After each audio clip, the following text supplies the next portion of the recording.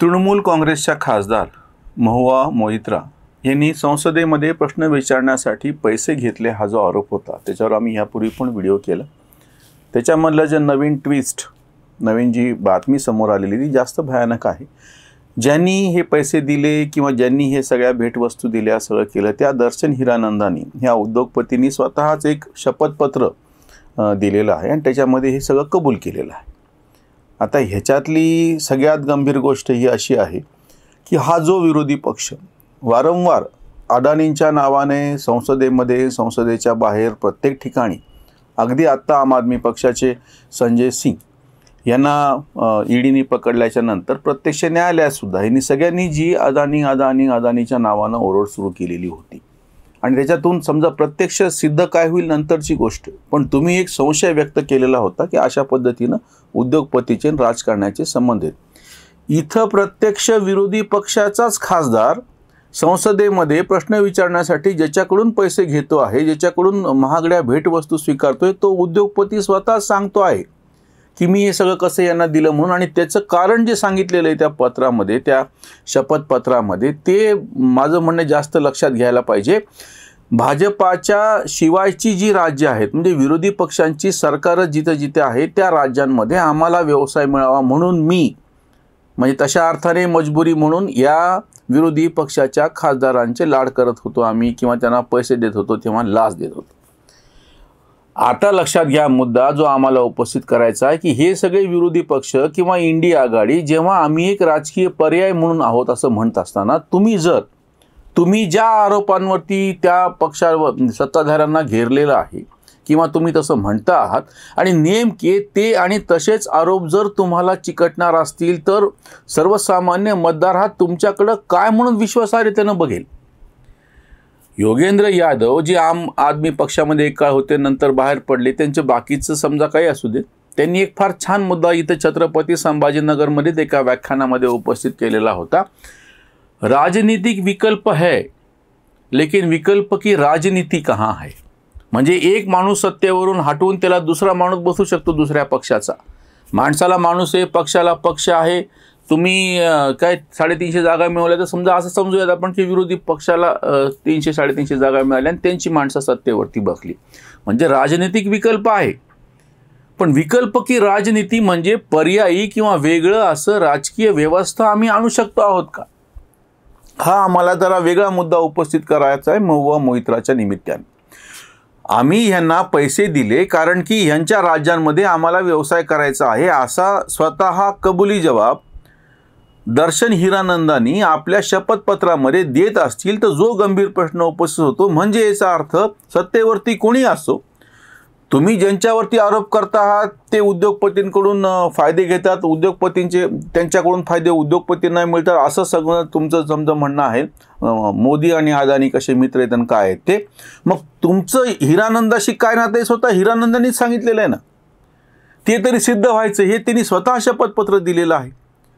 एक लक्षात घ्या, जेव्हा भारतीय जनता पक्ष सत्तेवरती आला 2014 मध्ये, तेव्हा असं नाही घडलं की आधी एक कोणीतरी मनमोहन सिंग नावाचा व्यक्ती पंतप्रधान पदावरती बसलेला होता आणि आता नरेंद्र मोदी नावाचा व्यक्ती पंतप्रधान पदावरती बसलेला आहे। आधी एक UPA आघाडी होती कारण काँग्रेसचं बहुमत नव्हतं आणि आता भाजपचं बहुमत आहे पण तरी त्यांनी आघाडी केलेली होती म्हणून NDA आघाडी सत्तेवरती आहे।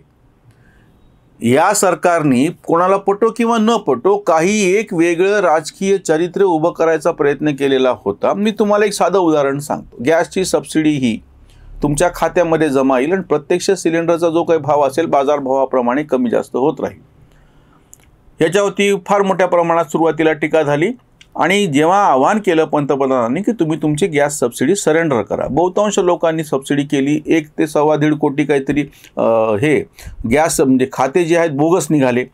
असंख्य गोष्टी, ह्या सगळ्यातून एक चांगलं निष्पन्न असं झालं की गॅस सिलेंडरचा म्हणजे घरगुती गॅस सिलेंडरचा जो काही सगळा बाजार होता तो मोकळा झाला, त्याच्यातला भ्रष्टाचार पूर्णपणे संपून गेला। आता मागणी केली की ताबडतोब सिलेंडर हजर होतं किंवा तो सिलेंडरवाला गल्लीतून जाताना आपण फोन करून विचारतो सिलेंडर आहे तुम्हाला देऊ का म्हणून, इथपर्यंत परिस्थिती आली। म्हणजे एक नवीन व्यवस्था काय आली की आधीच्या सूट सबसिडीच्या काळामध्ये ते सिलेंडर ठरलेल्या किमतीपेक्षा कमी ह्याच्यामध्ये तुम्हाला मिळत होतं आणि त्याचा परिणाम म्हणून त्याच्यावरचा काळा बाजार वाढलेला होता. आता एक नवीन व्यवस्था आली, ह्याच्यामध्ये पक्ष पण बाजूला ठेवा. विकल्प की राजनीती असा जो शब्द योगेंद्र यादव वापरतात तो मी तुम्हाला थोडासा मोठा करून सांगतो, विस्तार करून सांगतो. म्हणजे यांनी एक नवीन व्यवस्था काय आली की तुम्हाला गॅस मिळेल, खुल्या बाजारभावाप्रमाणे तुम्हाला ते सिलेंडर मिळेल आणि ज्यांना सबसिडी हवी असेल त्यांची सबसिडी ती त्यांच्या खात्यावरती जमा होईल. आता मी दुसरं उदाहरण तुमच्या समोर ठेवू इच्छितो की जे व्हायला पाहिजे अजूनही झालेलं नाही आहे. म्हणजे विरोधी पक्षांनी अशा पद्धतीनं जर काही नवीन संस्कृती अनुपात असले असते तर त्यांना मतदारांनी काय म्हणता येईल प्राधान्याने निवडलं असतं. मतदार त्यांना का निवडत नाही आहेत की जर असलेल्या सत्ताधाऱ्यांच्या पेक्षा तुम्ही जर फार काही वेगळे नसाल तर मग हे आहे ते काय वाईट आहेत त्यांच्या दृष्टीने सांगतो मी, मतदारांच्या दृष्टीने. 2014ला आम्ही काहीतरी वेगळं करतो आहोत असं म्हणले आणि त्या पद्धतीनं त्यांनी करून दाखवल्यामुळे परत 2019ला लोकांनी बाकीच्यांच्या तुलनेमध्ये हे बरे म्हणून निवडून दिलेलं आहे. सगळ्यांना असं वाटतं की आम्ही काहीतरी त्यांची बाजू घ्यायला लागलो तर आम्ही त्याचे चमचे त्यांना आम्ही सांगू इच्छितो. आमचं मत काय बाजूला ठेवा. प्रत्यक्षात घडलं काय, 2014ला काही एक वेगळी राजकीय संस्कृती आम्ही आणतो आहोत असं म्हणणाऱ्या भाजपला लोकांनी सत्ता दिली आणि 5 वर्षामध्ये त्यांनी जे काही केलेलं असेल, भलं बुरं काय असायचं ते असो, हे काहीतरी वेगळं आहे आधीच्या काँग्रेसच्या सरकारपेक्षा. तुम्ही त्याला हिंदुत्ववादी म्हणा, तुम्ही त्याला काय म्हणता येईल त्याला उद्योगपतींना धार्जिन धोरण म्हणा, तुम्हाला काय म्हणायचं ते म्हणा, पण ज्या पद्धतीनं 5 वर्षात 2014 ते 19 त्यांनी कारभार केल्याच्या नंतर लोकांनी परत एकदा त्यांना 2019मध्ये सत्ता दिली. 2019च्या नंतर सुद्धा 370 हटवणं असो किंवा राम मंदिरचं काम प्रत्यक्ष पूर्ण करून दाखवणं असो आणि तेही लोकसहभागातून, सरकारचा 1 रुपया त्याच्यामध्ये नाही आहे, लोकसहभागातून ते काम करणं असो, ट्रिपल तलाक असो, अशा पद्धतीनं एक वेगळी किंवा नवीन संसद भवनाचं प्रत्यक्ष निर्माण असो, काँग्रेसच्या काळातला निर्णय होता पण काँग्रेसच्या संस्कृतीमध्ये तो पूर्ण झालेला नव्हता. आधारचा निर्णय काँग्रेसच्या काळातला आहे, राबवला जास्त प्रभावीपणे मोदींच्या काळामध्ये. GSTचा निर्णय हा मनमोहन सिंगच्या काळातला आहे पण तो राबवला प्रत्यक्षामध्ये मोदींनी. अशा कितीतरी गोष्टी अशा होत्या की त्यांनी वेगळ्या पद्धतीनं राबवल्या. किंवा नितीन गडकरींनी जे रस्ते विकासाचं मॉडेल समोर ठेवलं आणि त्याच्यावरती फार मोठ्या प्रमाणामध्ये सर्वसामान्य लोकांना ते दिसलं, दृश्य स्वरूपात त्याचा वापर करता आला.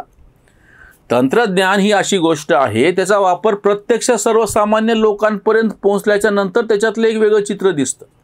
एक तुम्हाला मी साधं वैयक्तिक उदाहरण सांगतो. सोनाराकडे गेल्याच्या नंतर, वस्तू खरेदी केल्याच्या नंतर त्याची पावती जपून ठेवावी, पुन्हा काही तुम्हाला दुरुस्ती करायची आहे, अडचण आहे त्यावरती दाखवावी लागते, अशी जुनी गोष्ट होती. नवीन ह्याच्यामध्ये आता ह्या सगळ्या संगणकीय पावत्यांमध्ये आणि नोंदीमध्ये फक्त तुमचा मोबाईल नंबर जरी सांगितला तरी तुम्ही त्याच्याकडे केव्हा आणि काय खरेदी केलेली आहे ह्याचं तो तुम्हाला हे देतो. म्हणजे त्याचं त्याकडे हिस्ट्री असते. म्हणजे तुम्हाला प्रत्यक्ष पावती जो समोर घेऊन जायची गरज पडत नाही, तुमचं काम लगेच होतं. हा माझा वैयक्तिक अनुभव मी तुम्हाला सांगतो. ह्याच्यातून झालं असं की हे जे नवीन कल्चर तयार झालं तंत्रज्ञानाच्या वापराचं किंवा बाजारपेठ खोलीकरणाचं, विकासाचं एक मॉडेल आहे, असे कितीतरी वेगवेगळे विषय आहेत. हे सगळे विषय हे राजनीतिक विकल्प तयार करण्याच्या दृष्टीनं, म्हणजे एक व्यक्ती म्हणून, पक्ष म्हणून दुसरा एखादा पक्ष बसलेला आहे आधीच्या पक्षाला धरून, हा एक भाग झाला. पण त्यांनी वेगळ्या पद्धतीचं राजकारण एकूण सगळं समोर आणलं आणि त्याचे एक परिणाम सर्वसामान्य लोकांपर्यंत जर पोहोचत असतील तर लोक त्या पक्षाला निवडतात. असा गेल्या 10-12 वर्षातला अनुभव आहे. अगदी 2009ला डाव्यांनी ज्या पद्धतीने मनमोहन सिंग सरकारचा पाठिंबा काढलेला होता ते सर्वसामान्य लोकांना आवडलं नाही. उलट त्याच मनमोहन सिंगच्या सरकारला लोकांनी अजून 50-60 खासदार जास्तीचे दिले मतदारांनी आणि निवडून आणलं होतं. का तर त्यांनी अणुकरार करण्याच्या संदर्भातली ताठ भूमिका घेतली होती की जी सर्वसामान्य लोकांना पटली होती. म्हणजे आता विरोधी पक्षांनी महुआ मोइत्राच्या निमित्ताने असं उलट सिद्ध केलेलं आहे की आम्ही वेगळे नाहीच आहेत, आम्ही त्याच मागास जुन्याच पद्धतीने काहीतरी सगळं चालू आहे, त्याचे फायदे घेणे, प्रश्न विचारण्यासाठी पैसे घेणे, त्याचा पक्षाला फायदा करून देणे आणि गरिबांचं कल्याण करतो या नावाखाली स्वतःची राहणी मात्र अतिशय उच्चभ्रू अशी दाखवायची. महुआ मोइत्रांची राहणीमान एकूण पाहता त्या कुठल्याच अँगलनी पुरोगामी आणि या सगळ्या पक्षाच्या दलित शोषितांच्या बाजूने लढणाऱ्या पक्षाच्या खासदार आहेत असं वाटत नाही. हे लोक ही गोष्ट विसरून चाललेले आहेत. किंवा ह्यांच्या इंडिया आघाडीच्या बैठका ग्रँड हयात वगैरे सारख्या महागड्या हॉटेलमध्ये कसे होतात, त्याच्यावरती पैसे कसे खर्च होतात, यांच्या हे लक्षात येत नाही आहे की तुम्ही अशा पद्धतीनं सत्ताधाऱ्यांच्या पेक्षा फार काही वेगळं आहे ते सिद्ध जर करणार नसाल तर सर्वसामान्य मतदार आहे तोच पर्याय म्हणून त्याच सत्ताधाऱ्यांना निवडतील, तुमच्याकडे येणार नाही. महुआ मोहित्रांना ज्या काही भेटी दिल्या, जे काही पैसे दिले, या सगळ्या संदर्भामध्ये दर्शन हिरानंदांनी स्वतः ॲफिडेव्हिट देऊन विरोधी पक्षाच्या तोंडावरतीच एक फार मोठी चपराक लगावलेली आहे, ज्याचा तोटा या विरोधी पक्षांना उद्या मतदारांना सामोरं जाताना होणार आहे. तेच थांबूयात. धन्यवाद.